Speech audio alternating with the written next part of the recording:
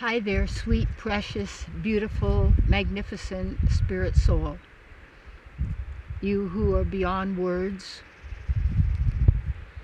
you are beyond thinking, you are a knowing, divine, eternal being, never born nor will die. These are concepts, these are appearances in what we would call an illusion. And what is an illusion? It's called fakery. It's to make you believe it's real, but it's not. It's just like the Babylonian carnival people who found a business plan on how to make others their slaves by trickery and illusion.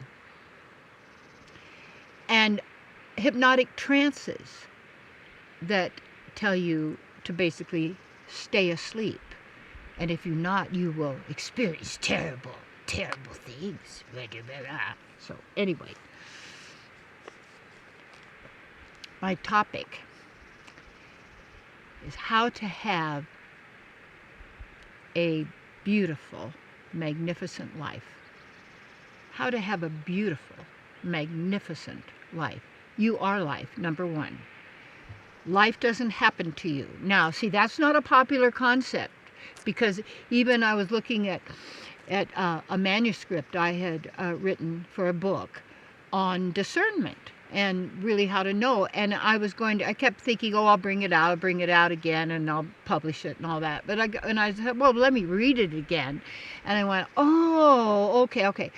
Because my perception has shifted, because of my awareness and realizations and proven by my own experience and knowing and results, and realizing that I couldn't do that because it's not where I am now. Even though there was good there and there was such, just like you could have some teaching give you some truth and then a whole bunch of lies, but because there was some truth, there's a tendency, well, it must be all true. And that's not true at all. In fact, part of the ancient system of debating, where you would have a guru or a spiritual aesthetic being, yogi, would then talk to another and they would discuss their philosophy. But if there was an error in your philosophy, that something could be found that it was a fallacy, it threw the whole thing out because it wasn't. But you don't have to throw the whole thing out, just like you don't throw the baby out with the bathwater, meaning if you see the water's dirty, you see the stuff, don't throw the person away, don't throw yourself away, because, and I used to, what I would do is go back and just get rid of everything from the past because I wasn't there anymore. But I had to realize there's good stuff there for somebody who is at that place in their consciousness and their awareness to help them also get to the next step. Like people will ask me, suggest, well, why don't you write your autobiography? Well, it's really in all these different books, and I don't want to go back over that whole thing. It's just in the memory bank, and I don't live there anymore. Okay, I'm who I am now. So this how to have a beautiful, magnificent life. You are life.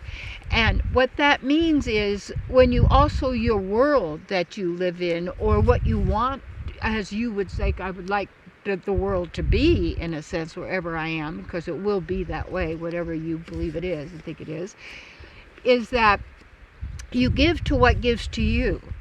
That if there is a product or something that is out there that is natural, that is good for animals and humans and such, and it comes from that divine place where it's not, where someone isn't losing for someone else to win. Someone else isn't gaining because someone else has to lose. That's not what I do and choose to play. It is not necessary. To have a wonderful, beautiful life, you have to be in the spiritual realm as your true divine self in your true divine body already. And that means then you have to be willing to let go of any concept or belief or loyalty to someone or something or teaching or such that has flaws. You don't need to put it down, or because some people might need to be there just as you did then, and yet because of your search and your seeking and your willingness, your commitment to who you are, you're honoring yourself and knowing this is all that you do have, is who you are and your connection with the divine, which is all that is ever needed or wanted. Okay? And to be there is you have to do certain things for yourself to make sure you protect your consciousness.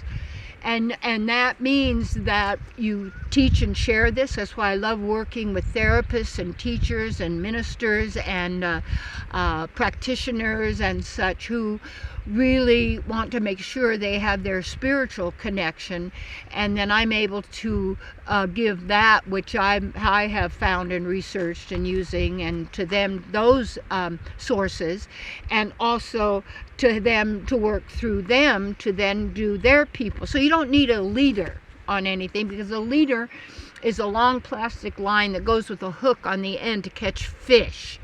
Just like you see there's some logo for some movie kind of media thing where a boy is fishing off of a moon, which is the half moon, symbol of one of the religions, and then fishing for souls, because it's a soul war. It's a war against you. It's to take your soul. Because why? Because you are the creative source of all that exists in this virtual reality. It's you. It's you. Everything, the sun, the moon, the blah, blah, blah, whatever they are, whatever they do. You're not that. But what it means is you are who you are. Don't think you are the creation, because you're not. You are the creative tool. And you're not really a tool, but this is what you do naturally all the time anyway. You're always a manifester. You have to. And to take your power back is you need to be who you are, and then give to what is giving to you. So you give to the people who give to you. You give to you get the food that is giving to you. So then it may cost extra, or you have to do, like I'm working in the garden. I mean, it's like so much you wouldn't believe. People, it's like you want a really big kind of game, start having a garden and learning about that and how that operates, and to do that, and in order to get the kind of food that is actually really going to nourish the body and also help you spiritually, because it's not food that's in ignorance. And what happens is that so many people will fall away from this great teaching because they want to eat the flesh and blood of tortured dead animals.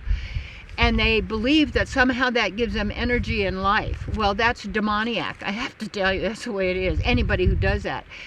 Because what happens is then that pollutes first of all, the brain, because your body is not an animal body. Forget what science tells you. It's not an animal body. They're labeling everything with a definition, and they can test you on it so that you pass or fail. And if you fail, you don't get a job. You're never going to be included. You're an outrage. Nobody wants you. You're a bum. Your family will be disappointed because you blah, blah, blah, blah, blah. All of this stuff. Where is it? The mind, the mind, the mind, the mind. A lot of people don't want to get that one either. Okay, fine. You're out here because it's divine mind. Because they've learned that through all their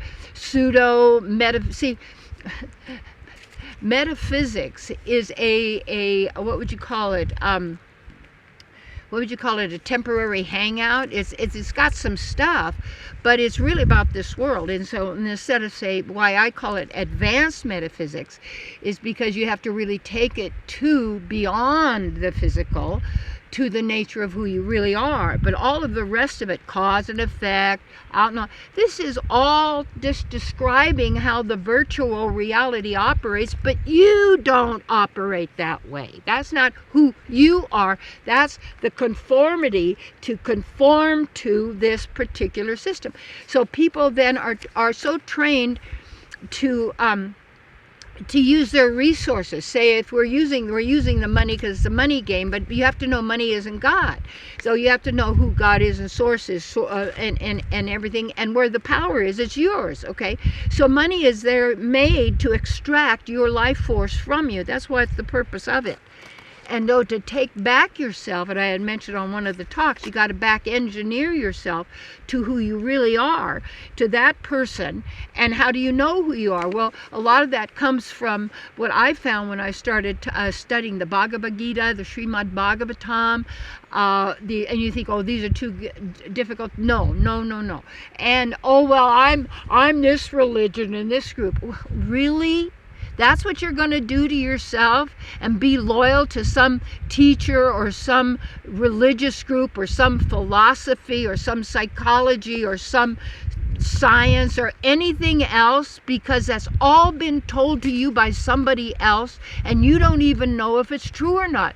And you'll get some results from that sort of thing, but you're going to be stopped because you're going to keep these underground unconscious programs that are running in the subtle body, which is called the mind, intelligence, and false ego, false ID, which is who you think you are and what you've made yourself to be and who your story is and all of this kind of stuff.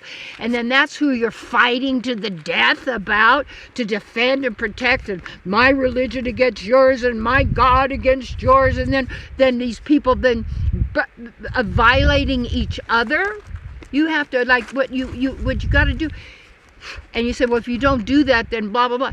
You have the power to get out of there and not be involved in that.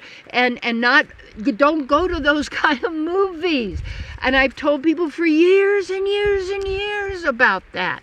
And then some of my students, like before, they might watch my videos and go, well, you're not standing with high heels on the stage and a suit and doing what I like because you blah, blah, blah. That's fine. That was then. This is now. And I came back when I found that the teaching was a limited hangout called metaphysics or new thought or new age, or it's any fundamentalism of any kind of or fanaticism with any religion or of any of them. Their tools are, they're supposed to be there to help you overcome doubt about who you are and what's possible for you, not punishment and this and my God and this I'm chosen and I'm not chosen and I'm this, I'm that. It's all fantasy. And the real you and what's possible for you is the most divine, beautiful that there is, because when you're there and who you are, you see, it comes from, like even the food you're growing, as I'd mentioned, is giving to that soil and giving to that plant what you want that plant to give to you. That's what you do. And it's like, in the whole thing, it's like in giving, it to overcome the miserly context. Don't give everything. But yet what happens is, it's very interesting what we value. And what happens is we've been programmed to value what we've been told is valuable. And what they've been told is valuable is not you. It's stuff. It's technology. It's information. It's this and that and this and that and having this. But not you. It's not who you think you are. It's not who they think you are. That is not any of that. It's to know and be who you are. It's the most simple thing, and it has been the most difficult because people are so proud of what they know. And they promote it. They've been programmed for that. They've been told that. They've been told their God wants that. And then you'll be this and that and this.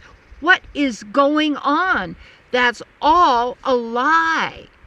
And there is the spiritual beyond what we call heaven and hell. These are dualities promoting each other. This and that, against, for, blah, blah, blah. See how it goes?